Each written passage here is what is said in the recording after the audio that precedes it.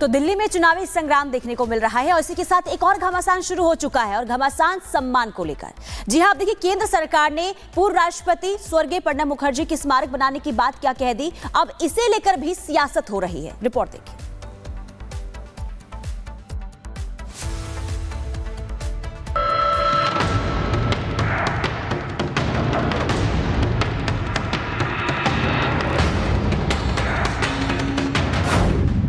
स्मारक की सियासत, बीजेपी का मास्टर स्ट्रोक।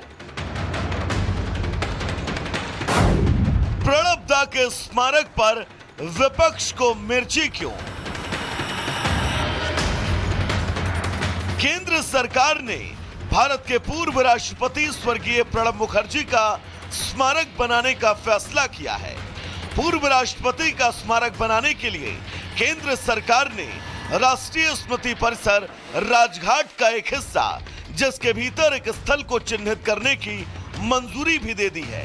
इसकी जानकारी खुद लेखक और पूर्व राष्ट्रपति प्रणब मुखर्जी की बेटी शर्मिष्ठा मुखर्जी ने पोस्ट कर दी। उन्होंने लिखा, प्रधानमंत्री नरेंद्र मोदी से मुलाकात की और बाबा के लिए एक स्मारक बनाने के उनकी सरकार के फैसले के लिए दिल से आभार और कृतज्ञता व्यक्त कर रही हूं। यह और भी अधिक सराहनीय है क्योंकि हमने इसके लिए नहीं कहा था।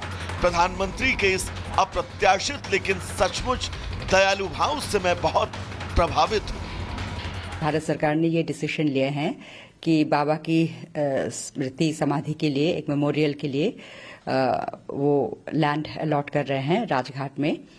तो प्रधानमंत्री जी को मैं धन्यवाद देना चाहती थी इस बात के लिए। और सबसे बड़ी बात जो है, क्योंकि मेरे फादर हमेशा कहते थे कि राष्ट्रीय सम्मान जो हैं, मेमोरियल भी एक राष्ट्रीय सम्मान होते हैं। स्टेट ऑनर्स जो हैं वो कभी मांगा नहीं जाता, इसलिए हमारा परिवार कभी मांगा नहीं, कभी डिमांड नहीं किया।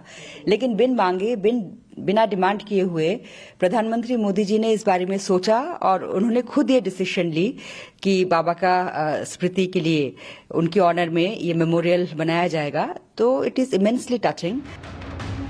दिल्ली में प्रणब दा के स्मारक बनने के बीच उनकी बेटी की प्रधानमंत्री से मुलाकात और ये बयान, जो अपने आप में ये साफ दर्शाता है कि जिनकी कथनी और करनी में कोई अंतर नहीं होता, वो कुछ भी कर गुजरने के लिए बहाना नहीं बनाते। लेकिन कांग्रेस को इस बात से भी मिर्ची लगी और इस मामले में भी राजनीति की तलाश करने लगे। जिस पार्टी के पास अपनी कोई विरासत नहीं होती है, कोई पूंजी नहीं होती है, तो वो दूसरे पार्टी से कोशिश करते हैं कि ज़बरदस्ती विरासत उनसे छीना जाए और उनको बनाया जाए। सरदार वल्लभ भाई पटेल की जो विशाल मूर्ति बनाई गई और एक तरह से कोशिश किया नरेंद्र मोदी जी ने, भाजपा ने, कि उनको अपने पाले में ले। उसी तरह फिर एक बार कोशिश की जा रही है कि प्रणब मुखर्जी जी, जिनका सारा जीवन कांग्रेस में गुजरा, कांग्रेस ने उनको राष्ट्रपति बनाया, कांग्रेस ने उनको मंत्री बनाया, और आज अगर भारतीय जनता पार्टी उनका स्मारक बना रही है तो अच्छी बात है, हम उसका स्वागत करेंगे। तारिक अनवर अपने बयानों में घुमा फिरा कर ही सही, लेकिन इस पहल का स्वागत करने से अपने आप को नहीं रोक पाए। लेकिन शब्दों की चाशनी में राजनीति का तीर चलाना वो नहीं भूले और सरकार की इस पहल को भी विशुद्ध राजनीति का हिस्सा करार दिया। अब तय था उनके इस बयान पर पलटवार आना। नरेंद्र मोदी जी अपने राजनीतिक विरोधियों को भी सम्मानित करते हैं, उनके राष्ट्रीय योगदान को स्वीकारते हैं। आज जिस प्रकार से प्रणब मुखर्जी जी के लिए मेमोरियल बनाया जाएगा, ये घोषणा की गई। शर्मिष्ठा मुखर्जी ने भी धन्यवाद किया प्रधानमंत्री मोदी का।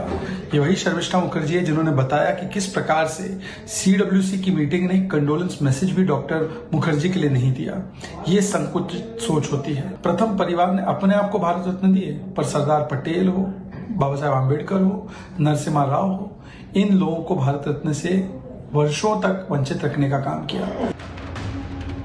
शहजाद पूनावाला की प्रतिक्रिया, तारिक अनवर की राजनीति से लबरेज बयानबाजी और तीसरी तरफ शर्मिष्ठा मुखर्जी के चेहरे का ये भाव, इन तीनों को अगर आप राजनीतिक सांचे से बाहर निकाल कर देखेंगे तब आपको भी समझ आ जाएगा कि देश की एक महान विभूति को अगर उनके द्वारा किए गए कामों के लिए मरणोपरांत भी सम्मानित किया जा रहा है, तो शुरुआत के 2 बयानों को दरकिनार कर शर्मिष्ठा के चेहरे के इस भाव से ही अपनी अंतरात्मा को इतिश्री दे दीजिए।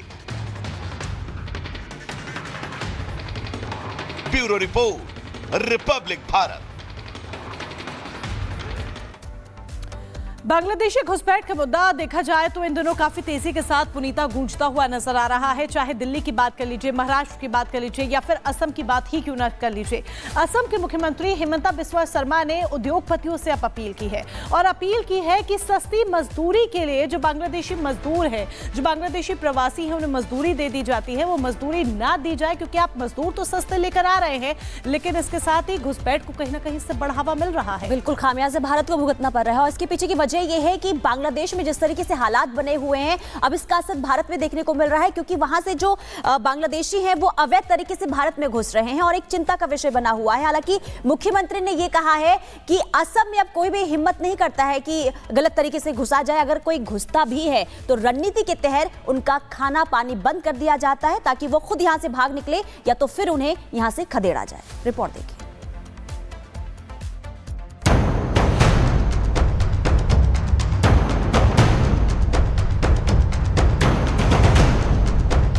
बांग्लादेश में राजनीतिक उथल पुथल का खामियाजा भारत को भुगतना पड़ रहा है।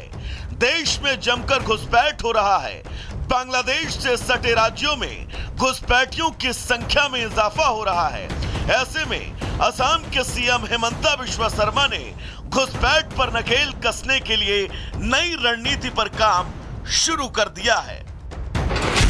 भूख से तड़प कर मरेंगे घुसपैठिए, भागने को हो जाएंगे मजबूर।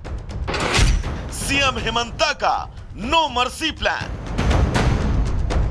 असम के सीएम इन दिनों बांग्लादेशी घुसपैठियों को खदेड़ने की रणनीति पर काम कर रहे हैं। मकसद है कि अवैध रूप से भारत में आए बांग्लादेशियों का दाना पानी बंद कर दिया जाए, असम में उनका जीना मुहाल कर दिया जाए और वे यहां से भागने को मजबूर हो जाएं। घुसपैठ पर नकेल कसने की कवायद में जुटे सीएम ने सोमवार को मुंबई में उद्योगपतियों से मुलाकात की। उद्योगपतियों से गुजारिश की गई और कहा, अवैध बांग्लादेशी प्रवासियों को सस्ते लेबर के लालच में काम न दिया जाए। सीएम हिमंता का एजेंडा साफ है, घुसपैठियों को भागने पर मजबूर करना।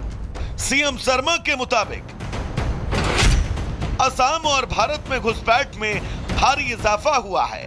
हर दिन असम पुलिस 20 से 30 घुसपैठियों का पता लगा रही है और त्रिपुरा में भी इतनी ही संख्या में घुसपैठिए देखे जा रहे हैं। बांग्लादेश में अशांति के बाद कपड़ा उद्योग लगभग ध्वस्त है, इसीलिए जो मजदूर पहले बांग्लादेश में कपड़ा उद्योग में काम करते थे वे भारत आ रहे हैं और हमारे देश के कई कपड़ा कारखाने के मालिक इसे प्रोत्साहित कर रहे हैं। अवैध रूप से सस्ते श्रम को आयात करने के लिए अच्छी रकम दे रहे हैं। नेशनल ड्यूटी हमें यह काम करना है। बांग्लादेशियों को अगर रोजगार मिलेगा वो लोग आते रहेगा। तो यहाँ का हमारा इंडस्ट्री हो, हमारा ट्रेड हो, बिजनेस हो, एक बार हमें निर्णय ले लेता हूँ कि बांग्लादेशियों को हम काम नहीं दूंगा, वो लोग कहाँ आएगा। तो if we have to strike, we have to strike at the root. CM Himanta जहां घुसपैठ को जड़ से खत्म करने की कवायद में जुटे हैं, वहीं कांग्रेस सीएम पर निशाना साध रही है। कांग्रेस नेता तारिक अनवर ने कहा कि हिमंता अपने आप को बीजेपी का बड़ा नेता घोषित करना चाहते हैं। असम के मुख्यमंत्री तो उनकी हमेशा ये कोशिश रहती है कि कैसे हम अपने आप को बड़ा भाजपाई घोषित करें। भारत बांग्लादेश बॉर्डर अवैध घुसपैठ और इन प्रवासियों के प्रभाव से जूझ रहा है, जो देश की अर्थव्यवस्था, राजनीति और सुरक्षा के लिए खतरनाक है। कट्टरपंथियों का समर्थन और बिचौलियों की मदद से घुसपैठ बढ़ी है और अब घुसपैठ का मुद्दा सियासी रूप ले चुका है। झारखंड और महाराष्ट्र चुनाव में घुसपैठ का मुद्दा जमकर गूंजा और अब दिल्ली चुनाव में भी इस मुद्दे को लेकर आरोप प्रत्यारोप का दौर जारी है। वोट बैंक की खातिर विपक्ष भले ही घुसपैठ पर आंखें बंद कर ले, लेकिन घुसपैठ देश की सुरक्षा के लिए खतरनाक है। इसीलिए महाराष्ट्र में फडणवीस सरकार के बनते ही घुसपैठियों पर हंटर चलना शुरू हो गया। वहीं दिल्ली में भी घुसपैठियों की धरपकड़ जारी है। अब सीएम हिमंता ने भी घुसपैठियों के जड़ से सफाई की मुहिम छेड़ दी है। Bureau report, Republic Bharat.